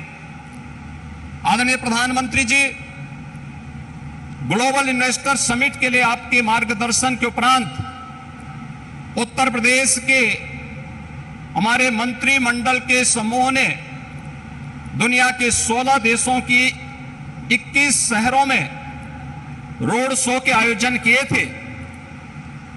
उन सभी देशों में भारतीय मिशन से जुड़े हुए हमारे माननीय राजदूतों ने उन्हें भरपूर सहयोग देकर के आपके विजन के अनुरूप उत्तर प्रदेश में ट्रेड, टूरिज्म एंड टेक्नोलॉजी के उस अभियान को आगे बढ़ाने के लिए अपना बहुत महत्वपूर्ण योगदान दिया। इसके साथ ही देश के 10 बड़े महानगरों में भी इन रोड शोज के आयोजन किए गए और आज जब यहां पर आपका मार्गदर्शन हम सबको प्राप्त होने वाला है, तो न केवल प्रदेश की राजधानी लखनऊ में 10,000 से अधिक यहां पर आए हुए उद्योग, देश के दुनिया के प्रमुख उद्योगपतियों, निवेशकों का बिजनेस डेलीगेशंस की उपस्थिति में, बल्कि उत्तर प्रदेश के सभी 75 जनपदों में भी ये कार्यक्रम एक साथ संचालित हो रहा है। सभी 75 जनपदों में ये कार्यक्रम एक साथ हम लोग आगे बढ़ाने का कार्य कर रहे हैं। इन पूरे कार्यक्रमों को आगे बढ़ाने के लिए हमें US India strategic partnership forum, UK India business council, EU investment India chambers, Australian India business council, federation of Indian chamber of commerce and industries, FICCI, CII, Southern India Chamber of Commerce and Industry, JETRO, Kotra, Abu Dhabi chambers of commerce, Indo Canada chamber of commerce, Canada India federation, Indian industries association, PhD chamber of commerce, लघु भारती जैसी प्रमुख सभी व्यापारिक जो business partners हैं, इन सब ने उत्तर प्रदेश सरकार के साथ सहयोगी बनकर के इन कार्यक्रमों को आगे बढ़ाने का कार्य किया है। प्रदेश के अंदर इस पूरे निवेश महाकुंभ के अवसर पर जो प्रमुख वैश्विक और भारतीय कंपनियों से green hydrogen, renewable energy, electronics, defence and in aerospace, health, food processing, dairy, pharma, warehousing and logistics सहित सभी 25 सेक्टर में जिनकी सेक्टोरियल पॉलिसीज उत्तर प्रदेश सरकार ने पहले ही जारी की है, हमें निवेश के प्रस्ताव प्राप्त हुए हैं। प्रदेश के अंदर निवेशकों की सुविधा के लिए प्रदेश सरकार ने 4 पिलर्स तय किए हैं। इनमें ऑनलाइन सिंगल विंडो पोर्टल निवेश मित्र, 33 विभागों की 406 सेवाएं यह उपलब्ध करवा रहा है। इन्वेस्टर रिलेशनशिप मैनेजमेंट पोर्टल निवेश सारथी, यह निवेशकों की जिज्ञासाओं के समाधान, समस्या निवारण और निवेश परियोजनाओं के अनुश्रवण की सुविधा दे रहा है। तो नीतियों में प्रावधानित इंसेंटिव को प्राप्त करने के लिए ऑनलाइन इंसेंटिव मैनेजमेंट सिस्टम को भी विकसित करने के साथ ही हर एक निवेशक के साथ एक प्रदेश के अंदर उद्यमी मित्र की तैनाती करने की व्यवस्था भी इसके माध्यम से हम लोगों ने प्रदेश के अंदर प्रारंभ की है। आपके मार्गदर्शन में उत्तर प्रदेश ने विगत 6 वर्ष के अंदर ईज ऑफ डूइंग बिजनेस में एक अच्छी सफलता प्राप्त करते हुए लीड्स रैंकिंग में अचीवर श्रेणी प्राप्त की है। प्रदेश ने पिछले 5 वर्ष के अंदर अपने निर्यात को भी दुगना करने में सफलता प्राप्त की है। प्रदेश में आज आपके नेतृत्व और मार्गदर्शन में हमारे पास अच्छा इंफ्रास्ट्रक्चर है। प्रदेश बेहतरीन कानून व्यवस्था के लिए आज जाना जा रहा है और उत्तर प्रदेश की जो अन्य तमाम संभावनाएं हैं, जिसमें उत्तर प्रदेश भारत की फूड बास्केट के रूप में जाना जाता है, खाद्यान्न, दूध, गन्ना, आलू व इथेनॉल उत्पादन में प्रदेश देश में नंबर 1 है। वाराणसी का सिल्क क्लस्टर, भदोई का कालीन क्लस्टर, ये प्रमुख टेक्सटाइल हब भी उत्तर प्रदेश के अंदर हैं और इन सभी अन्य सेक्टर्स में जहां पर प्रदेश के अंदर संभावनाएं हैं, उन सबको बढ़ाने के लिए सेक्टोरियल पॉलिसीज इस दिशा में महत्वपूर्ण भूमिका का निर्वहन कर रहे हैं। प्रदेश के अंदर medical device park, film city, tyre city, apparel park, handicraft park, logistic hub, integrated industrial township, mega food park, trans Ganga city, garment park और कई प्लेटेड फैक्ट्री कॉम्प्लेक्स के विकास की कार्रवाई भी प्रदेश के अंदर युद्ध स्तर पर चल रही है। और आज मुझे बताते हुए प्रसन्नता है कि पिछले 6 वर्ष में आपके नेतृत्व और मार्गदर्शन में राज्य के औद्योगिक परिदृश्य में जो सकारात्मक परिवर्तन आया है, आज वह जमीनी धरातल पर भी दिखता हुआ दिखाई दे रहा है। और निवेश महाकुंभ उसकी एक झलक भी प्रस्तुत करता है।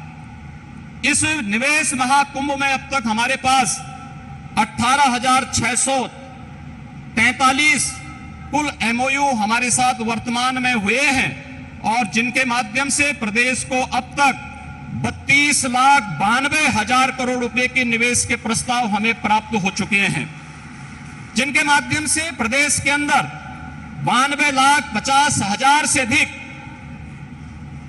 यहां पे नौकरी और रोजगार की संभावनाएं जिनके माध्यम से प्रदेश के अंदर होंगी, ये सभी जो सेक्टर वार प्रस्तावित निवेश है, इनमें रिन्यूएबल एनर्जी है, electronics manufacturing, industrial park, education, manufacturing, warehousing and logistic, real estate, IT enabled services, tourism, textile, power generation, housing, health care, food processing, dairy, food and civil supplies,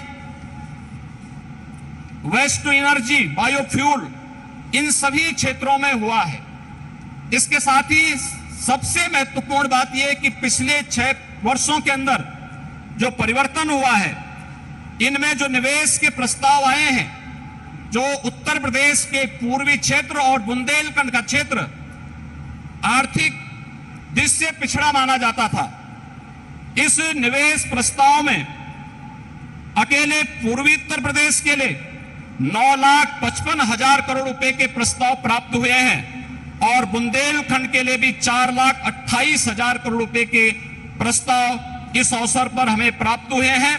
मैं एक बार फिर से आपके यशस्वी नेतृत्व और मार्गदर्शन में उत्तर प्रदेश आज विकास की जिन नई बुलंदियों की ओर अग्रसर हो रहा है, बीमारू राज्य के दंश से मुक्त होकर के देश के ग्रोथ इंजन के रूप में स्थापित करने के आपके विजनरी नेतृत्व में जो एक उत्तर प्रदेश सरकार और उत्तर प्रदेश वासियों को आपने दायित्व दिया है, उस दिशा में उत्तर प्रदेश तेजी के साथ आगे बढ़ रहा है।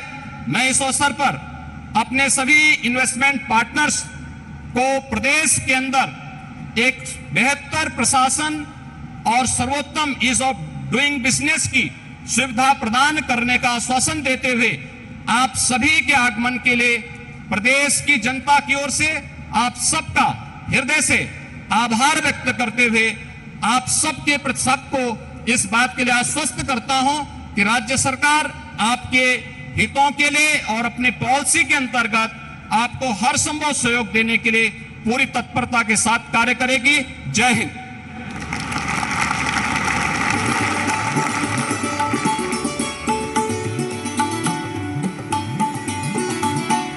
बहुत बहुत धन्यवाद माननीय मुख्यमंत्री जी। और देवी सज्जनों, माननीय प्रधानमंत्री जी के रूप में इस देश को एक ऐसे नेता और एक ऐसे कप्तान मिले हैं जिन्होंने भारत को एक वैश्विक खिलाड़ी और साथ साथ विश्व पटल पर एक आर्थिक महाशक्ति के रूप में स्थापित किया है। एक ऐसे जननायक जो देश को एक जीवंत और समावेशी समाज के रूप में विकसित करने की तरफ निरंतर प्रयास कर रहे हैं और जिनकी कार्य संस्कृति के केंद्र बिंदु में सर्वप्रथम नागरिक हैं। और एक ऐसे सीईओ जिन्होंने भारत में ईज़ ऑफ डूइंग बिजनेस सुनिश्चित करने की तरफ अनेक गवर्नेंस रिफॉर्म्स इंट्रोड्यूस किए हैं, जिसके कारण निवेशक आज उत्साहित भी है, प्रोत्साहित भी है, सुरक्षित भी महसूस कर रहा है और भारत आज एक प्रेफर्ड इन्वेस्टमेंट डेस्टिनेशन बन गया है। इससे पहले कि मैं माननीय प्रधानमंत्री जी को यहाँ पर उनके संबोधन के लिए आमंत्रित करूँ, हमारे प्रदेश प्रधान माननीय श्री योगी आदित्यनाथ जी स्वयं प्रधानमंत्री जी का विशेष रूप से आभार व्यक्त करना चाहेंगे अपने 25 करोड़ के परिवारजन की तरफ से। तो मैं माननीय श्री योगी आदित्यनाथ जी से निवेदन करती हूँ कि वे प्रधानमंत्री जी के साथ यहाँ पर हमारे साथ मंच पर आएँ और एक सभी की तरफ से एक छोटी सी भेंट आभार व्यक्त करते हुए हम प्रधानमंत्री जी को देना चाहेंगे, उनके नेतृत्व के लिए, उनके मार्गदर्शन के लिए और साथ साथ उनके आशीर्वाद के लिए। माननीय प्रधानमंत्री जी हम सबके मार्गदर्शक हैं, उन्हीं के मार्गदर्शन में ये भारत आगे बढ़ रहा है और न केवल हर क्षेत्र में भारत आगे बढ़ा है पर भारत की सोच भी बदली है। माननीय प्रधानमंत्री जी को यहाँ पर श्री गणेश की एक मूर्ति भेंट कर हम प्रधानमंत्री जी का आभार व्यक्त करते हैं। हमारे प्रधानमंत्री जी पर, हमारे यशस्वी प्रधानमंत्री जी पर गणेश जी की कृपा हमेशा बनी रहे और उनका मार्गदर्शन हमें हमेशा मिलता रहे, इसके लिए उनका विशेष रूप से आभार, धन्यवाद। और देखिए सज्जनों, अब हमारे माननीय प्रधानमंत्री जी को सुनने के लिए हम सभी ललायत हैं, जिनके विचार, जिनकी अंतर्दृष्टि आपको इंस्पायर भी करती है, मोटिवेट भी करती है और साथ साथ अनेक संभावनाओं के द्वार भी खोलती है। देखिए सज्जनों, माननीय श्री नरेंद्र मोदी जी।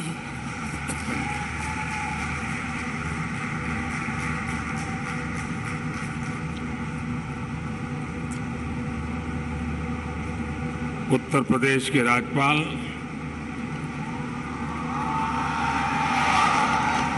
श्रीमती आनंदीबेन पटेल, उत्तर प्रदेश के मुख्यमंत्री योगी आदित्यनाथ जी, उप मुख्यमंत्री केशव प्रसाद मौर्य जी, ब्रजेश पाठक जी, केंद्रीय मंत्रिमंडल में मेरे वरिष्ठ सहयोगी और यही लखनऊ के प्रतिनिधि श्रीमान राजनाथ सिंह जी,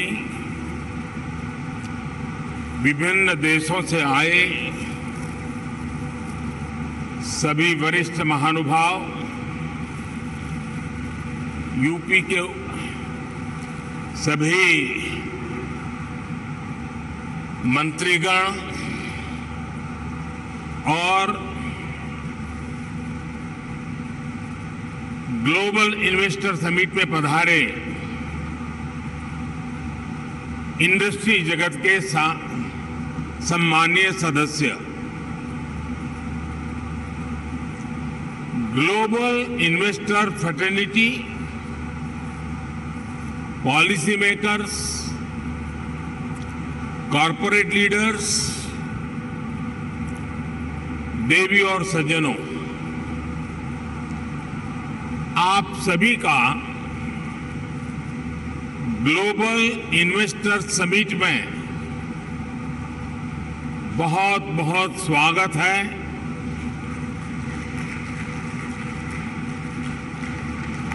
आप सोच रहे होंगे कि मैं मुख्य अतिथि होने पर भी ये स्वागत की जिम्मेदारी क्यों उठा रहा हूं। ये इसलिए क्योंकि मेरी एक और भूमिका भी है। आप सबने मुझे भारत के प्रधानमंत्री के साथ साथ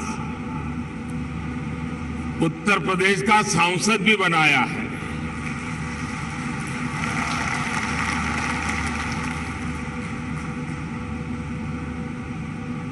उत्तर प्रदेश के प्रति मेरा एक विशेष स्नेह है और यूपी के लोगों के प्रति मेरी एक विशेष जिम्मेदारी भी है। मैं आज उस दायित्व को भी निभाने के लिए आज इस समिट का हिस्सा बना हूं और इसलिए मैं देश विदेश से यूपी आने वाले आप सभी इन्वेस्टर्स का अभिनंदन करता हूं, स्वागत करता हूं। साथियों, उत्तर प्रदेश की धरती अपने सांस्कृतिक वैभव, गौरवशाली इतिहास और समृद्ध विरासत के लिए जानी जाती है। इतना सामर्थ्य होने के बावजूद यूपी के साथ कुछ बातें जुड़ गई थी। लोग कहते थे यूपी का विकास होना मुश्किल है। लोग कहते थे यहां कानून व्यवस्था सुधरना नामुमकिन है।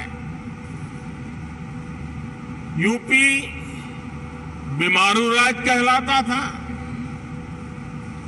यहां आए दिन हजारों करोड़ के घोटाले होते थे।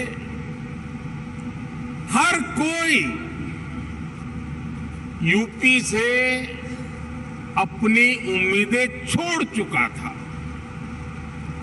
लेकिन सिर्फ 5-6 साल के भीतर यूपी ने अपनी एक नई पहचान स्थापित कर ली है और डंके की चोट पर कर दी है। अब यूपी को सुशासन से, गुड गवर्नेंस से पहचाना जा रहा है। अब यूपी की पहचान बेहतर कानून व्यवस्था, शांति और स्थिरता के लिए है। अब यहां वेल्थ क्रिएटर्स के लिए नित्य नए अवसर बन रहे हैं। बीते कुछ वर्षों में आधुनिक इंफ्रास्ट्रक्चर, उत्तर प्रदेश के इस इंफ्रास्ट्रक्चर की जो पहल है उसके परिणाम नजर आ रहे हैं। बिजली से लेकर कनेक्टिविटी तक हर क्षेत्र में सुधार आया है। बहुत जल्द यूपी देश के उस इकलौते राज्य के तौर पर भी जाना जाएगा जहां 5 इंटरनेशनल एयरपोर्ट है।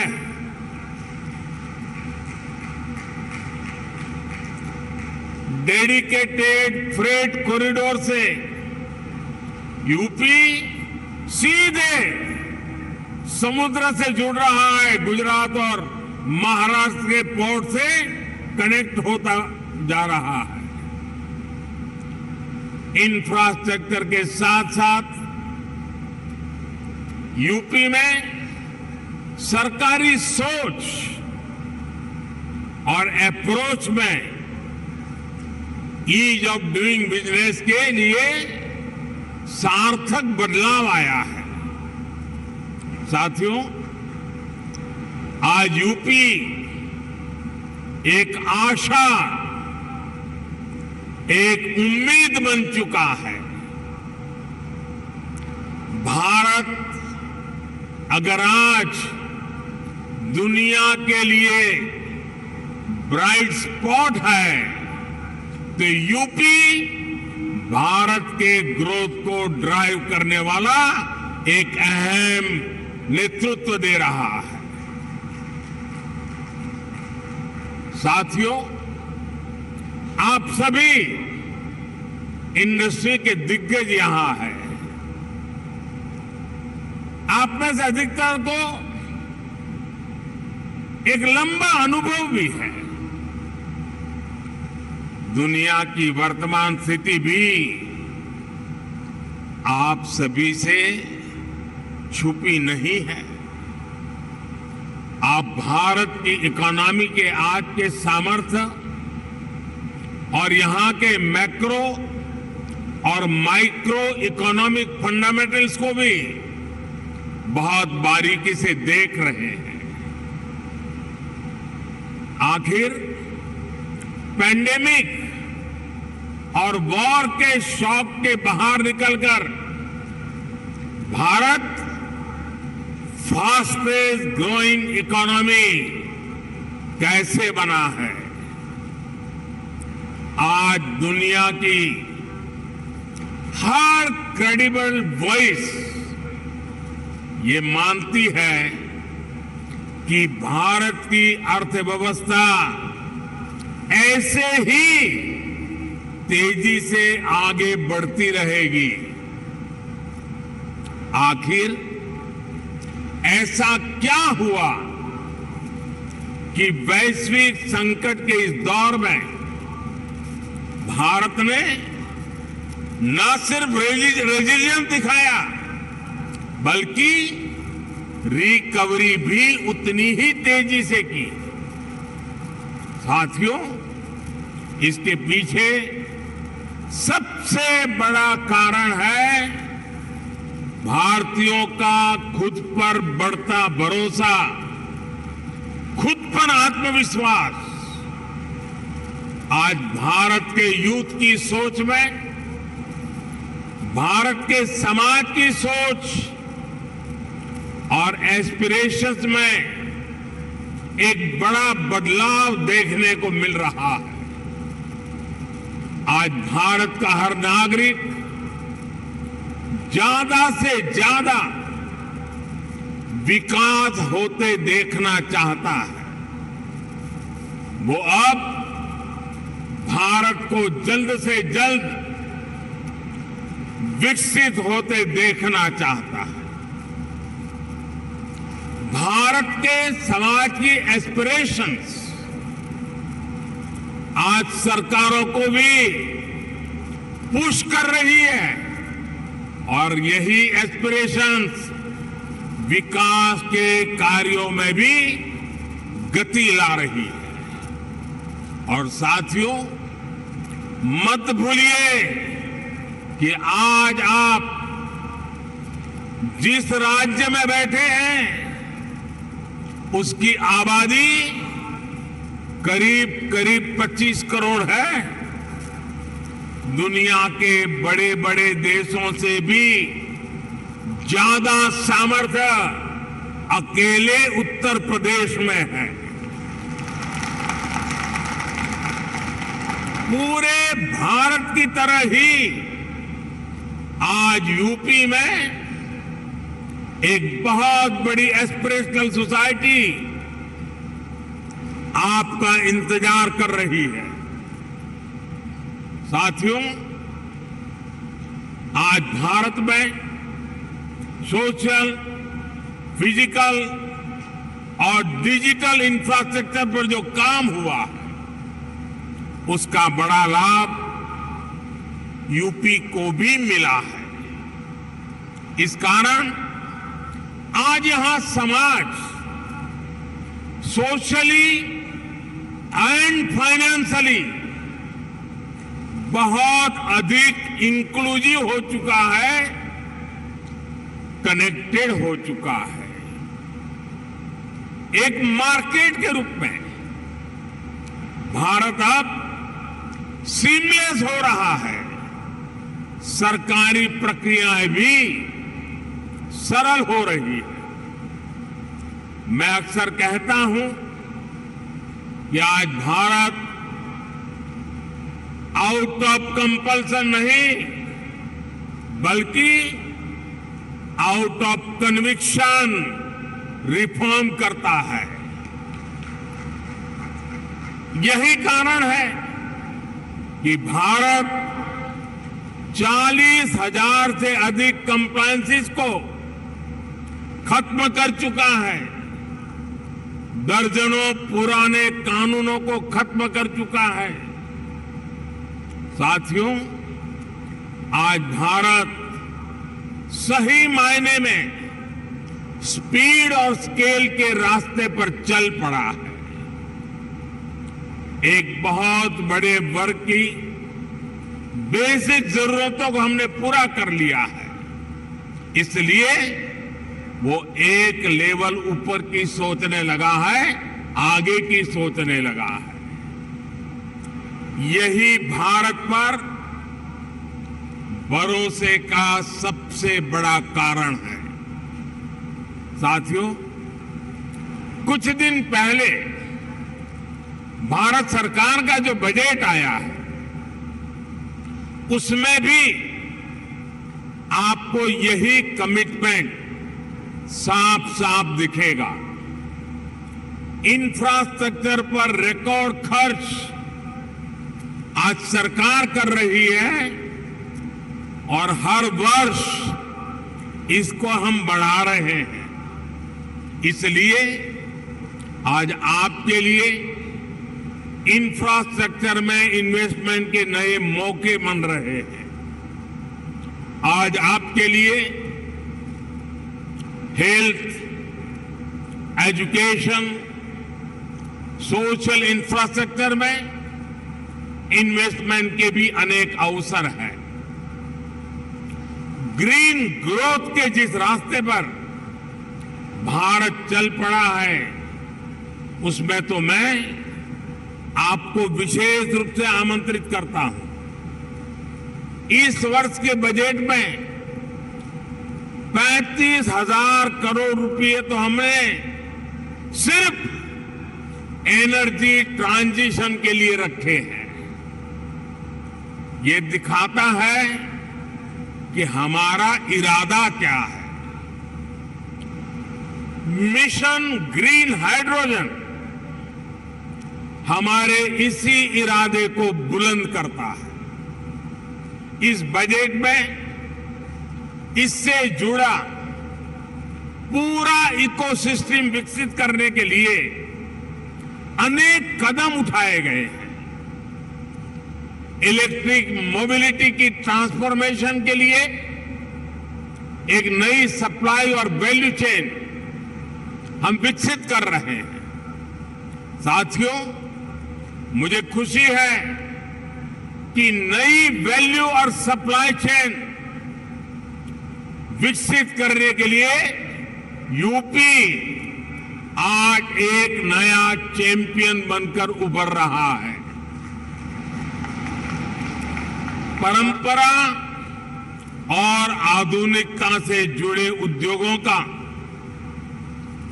एमएसएमईज का एक बहुत ही सशक्त नेटवर्क आज उत्तर प्रदेश में वाइब्रेंट है। यहां भदोही के कालीन और बनारसी सिल्क है, भदोही कारपेट क्लस्टर और वाराणसी सिल्क क्लस्टर भी, और उसकी वजह से यूपी भारत का टेक्सटाइल हब है। आज भारत के कुल मोबाइल मैन्युफैक्चरिंग में 60% से भी ज्यादा मोबाइल अकेले उत्तर प्रदेश में होता है। मोबाइल कंपोनेंट की सबसे ज्यादा मैन्युफैक्चरिंग भी यूपी में ही होती है। अब देश के 2 डिफेंस कॉरिडोर्स में से एक यूपी में बन रहा है। यूपी डिफेंस कॉरिडोर पर तेजी से काम चल रहा है। आज made in India defence equipments की डिमांड निरंतर बढ़ रही है। भारतीय सेना को भी हम अधिक से अधिक made in India defence system, defence platforms देने के लिए प्रतिबद्ध है। और इस महान काम का नेतृत्व इसी लखनऊ की धरती के हमारे कर्मवीर राजनाथ सिंह जी संभाल रहे हैं। ऐसे समय में जब भारत एक वाइब्रेंट डिफेंस इंडस्ट्री का विकास कर रहा है, तो फर्स्ट मूवर एडवांटेज आपको जरूर लेना चाहिए। साथियों, उत्तर प्रदेश में तो डेयरी, फिशरीज, एग्रीकल्चर और फूड प्रोसेसिंग सेक्टर में अनेक संभावनाएं हैं। फल और सब्जियों को लेकर उत्तर प्रदेश में बहुत डाइवर्सिटी है। एक ऐसा सेक्टर है जिसमें अभी भी प्राइवेट सेक्टर की हिस्सेदारी बहुत सीमित है। आपको जानकारी होगी कि फूड प्रोसेसिंग के लिए production link incentive PLI scheme लेकर हम आए हैं। इसका लाभ आपको जरूर उठाना चाहिए। साथियों, आज सरकार का ये प्रयास है कि इनपुट से लेकर पोस्ट हार्वेस्ट मैनेजमेंट तक एक आधुनिक व्यवस्था किसानों के लिए बने। छोटे इन्वेस्टर्स, एग्री इंफ्रा फंड का उपयोग कर सकते हैं। इसी प्रकार देश भर में एक बहुत बड़ी स्टोरेज कैपेसिटी विकसित करने के लिए बजट में हमने प्रावधान किया है। ये भी छोटे निवेशकों के लिए बहुत बढ़िया मौका है। साथियों, आज भारत का बहुत अधिक हमारा फोकस क्रॉप डाइवर्सिफिकेशन पर है। छोटे किसानों को ज्यादा साधन देने और उनकी इनपुट कॉस्ट घटाने पर है। इसलिए नेचुरल फार्मिंग की तरफ हम तेजी से बढ़ रहे हैं। यहां यूपी में गंगा के किनारे दोनों तरफ 5 किलोमीटर क्षेत्र में नेचुरल फार्मिंग शुरू हो गई है। अब इस वर्ष के बजट में हमने किसानों की मदद के लिए 10,000 बायो इनपुट रिसोर्स सेंटर बनाने की घोषणा की है। ये नेचुरल फार्मिंग को और अधिक प्रोत्साहित करेगा। इसमें भी प्राइवेट एंटरप्रेन्योर्स के लिए इन्वेस्टमेंट की अनेक संभावनाएं हैं। साथियों, भारत में एक और नया अभियान हमारे मिलेट्स को लेकर के शुरू हुआ है। भारत के ये मिलेट्स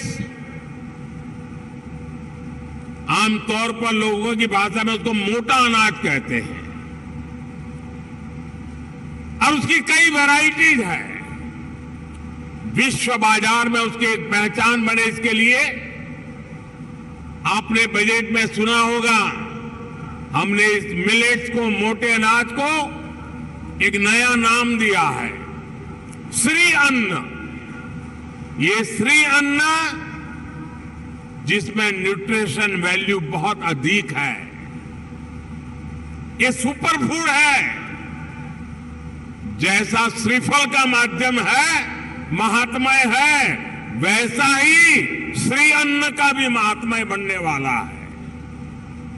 हमारे ये प्रयास है कि भारत का श्री अन्न ग्लोबल न्यूट्रिशन सिक्योरिटी को एड्रेस करे। दुनिया इस वर्ष को इंटरनेशनल ईयर ऑफ मिलेट के रूप में भी मना रही है। इसलिए एक तरफ हम किसानों को श्री अन्न के उत्पादन के लिए मोटिवेट कर रहे हैं, वहीं दूसरी तरफ इसके लिए ग्लोबल मार्केट का भी विस्तार कर रहे हैं। फूड प्रोसेसिंग सेक्टर से जुड़े साथी रेडी टू ईट और रेडी टू कुक श्री अन्न के प्रोडक्ट्स में संभावनाएं तलाश सकते हैं और मानव जाति की बड़ी सेवा भी कर सकते हैं। साथियों, उत्तर प्रदेश में एक और विषय में बहुत प्रशंसनीय काम हुआ है। ये काम एजुकेशन और स्किल डेवलपमेंट से जुड़ा है। महायोगी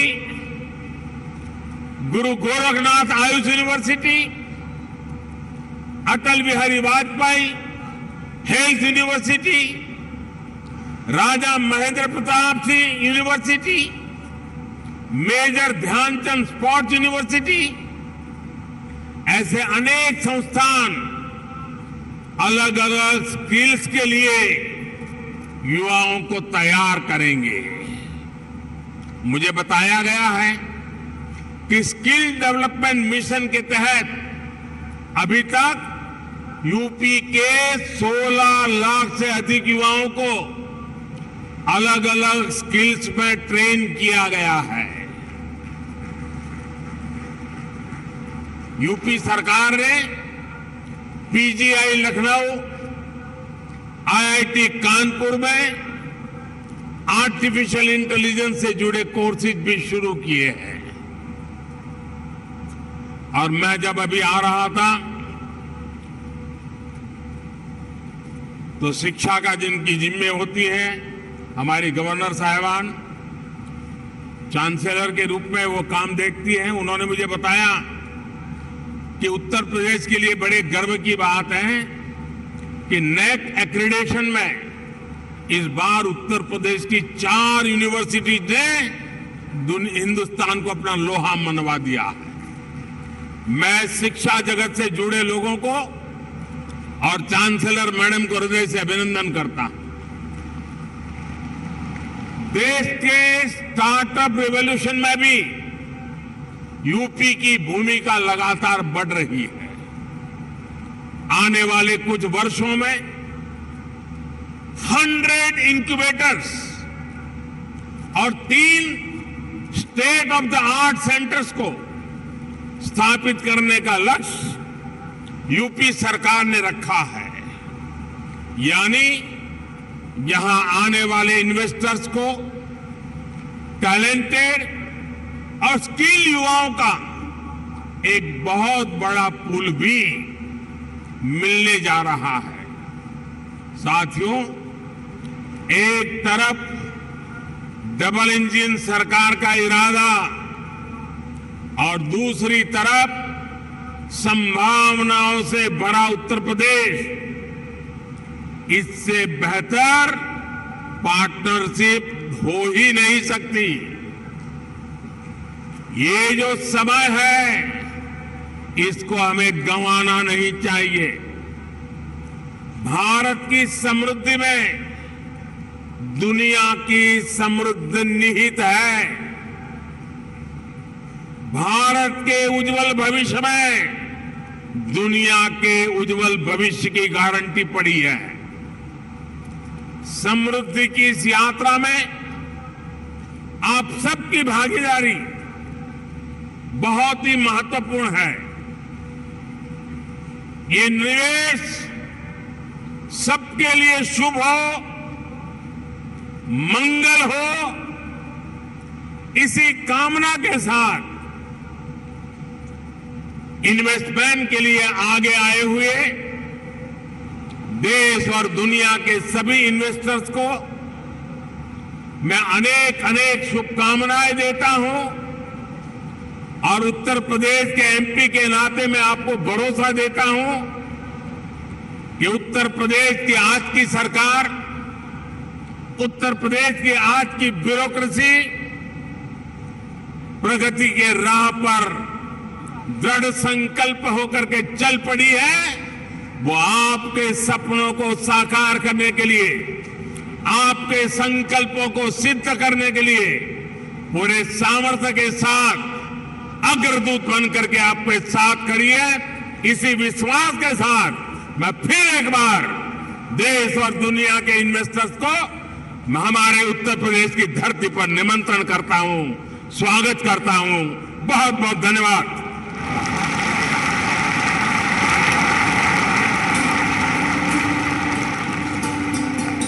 बहुत बहुत धन्यवाद माननीय प्रधानमंत्री जी। सभी क्षेत्रों पर और